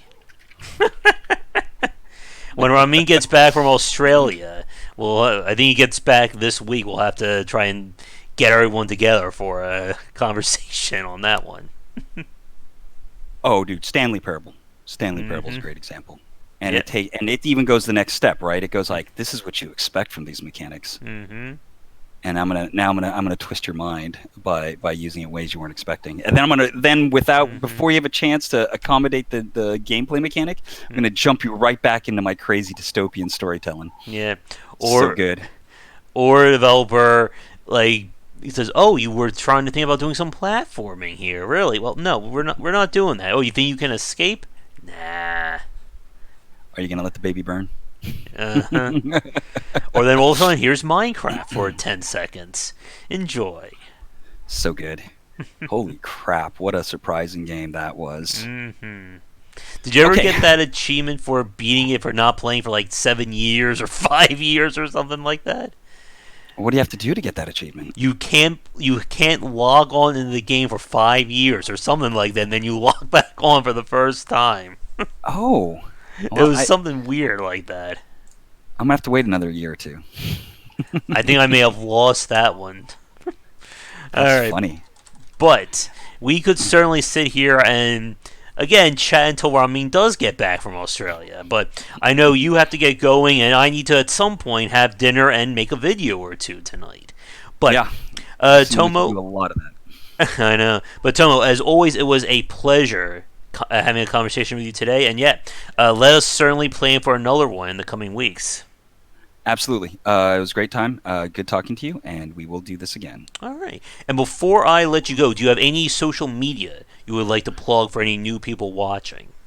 It's really just we love people to come to the Discord channel and carry on these conversations about, conversations kind of like this, maybe a little more heavily focused on storytelling and then from there Epic Tavern related, and our Discord channel, Discord GG/Epic Tavern, and we have a Twitch stream. We stream development 3 times a week at Twitch TV/Epic Tavern, and you can see me scramble and stumble over myself trying to fill an hour of talking about systems design in Epic Tavern. All right. Well, again, like I said last time, definitely best of luck with Epic Tavern. I'll be more than happy to check it out as you guys continue working on it. Hopefully we get another patch out in the next few weeks. We'll see how that goes. All right. Well, with that, for the folks watching us now, we are going to end things here. But thank you everybody for tuning in. If you're new, once again, be sure to check out the Discord and Patreon link down below. I will be back later tonight for our regular game streams. And if you are a developer wanting to chat with me about design, please don't hesitate to get in touch. But otherwise, thanks for tuning in, and come back for daily discussions on game design here and on game wisdom, where is in the art and science of games. Until our next stream or discussion, take care, everybody. Bye, guys.